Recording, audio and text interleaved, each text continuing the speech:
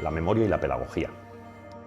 Hoy sabemos que la mente produce o contiene pensamientos, pero también emociones, y que la construcción de significados es un proceso al menos dual, a la vez racional y emocional. Pero sabemos también que es la información que nos emociona en algún grado la que penetra en nosotros con más rapidez y eficacia, la que finalmente permanece con nosotros, aquella información que recordamos. Así que volvamos un momento a lo que dijimos en aquella primera unidad. Los relatos nos motivan y movilizan porque apelan a nuestras emociones. Y añadamos que es siempre aquella información que nos emociona en algún grado la que penetrará con más rapidez y eficacia, ampliando exponencialmente sus posibilidades de ser recordada.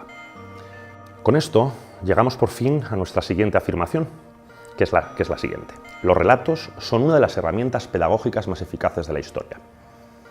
Porque aunque quizás parezca sorprendente, para hablar de narrativa digital debemos hablar primero de pedagogía narrativa y de un concepto no precisamente nuevo, la llamada tríada pedagógica o narrativa, formada por la curiosidad, la atención y la memoria. Así que empezaremos lanzando una definición. Entendemos por curiosidad nuestra natural conducta exploratoria en respuesta a estímulos como la novedad de una información, su complejidad u otros elementos como la ambigüedad o quizá el carácter inesperado de esa información que recibimos. Hablamos aquí de esa capacidad tan humana que nos permite percatarnos de lo diferente en un contexto habitualmente monótono al que estamos habituados.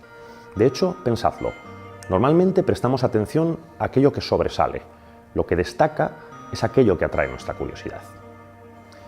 El segundo elemento de esa tríada pedagógica es la atención, ese momento en el que, una vez activada nuestra curiosidad, centramos nuestras capacidades cognitivas en una información concreta. Dicho de otra manera, al hablar de atención, hablamos de ese mecanismo mediante el cual somos por fin conscientes de algo, y la atención seguirá siempre a la curiosidad. Y llegamos finalmente al tercer elemento de la tríada, del que ya hemos hablado aquí. Nos referimos a la memoria. La memoria es el proceso de retención de aquello que aprendemos y es, como ya sabemos, el fundamento de nuestra supervivencia personal y colectiva, ya lo dijimos, pero también el vínculo de transmisión de conocimientos e incluye, por supuesto, nuestra capacidad de evocar o recuperar lo aprendido. Para finalizar esta unidad, me gustaría que pensaseis en cómo es nuestra educación formal. Partiendo del llamado aprendizaje memorístico que puebla nuestras instituciones educativas, esa capacidad de almacenar información por lo general de una manera repetitiva, aséptica, memorística. Porque cuando hablamos de narrativa y de pedagogía, o mejor, de la capacidad pedagógica de cualquier narración, de cualquier relato, debemos alejarnos precisamente de lo memorístico. Nadie memoriza un relato, simplemente lo recordamos.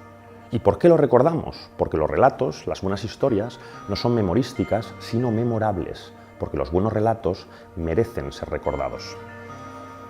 Piensen ahora en esa tríada que hemos mencionado, en la curiosidad, en la atención y en la memoria.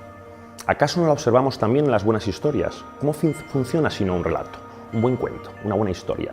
Mediante el mismo mecanismo. Atraemos al espectador activando su curiosidad mediante la sorpresa, la provocación, el reconocimiento. Mantenemos su atención mediante el enigma, mediante la distribución o omisión de información narrativa y empleamos elementos reconocibles de la experiencia común para encender sus mecanismos de memoria. Es así y no de otra manera como contamos historias. Es así como narramos.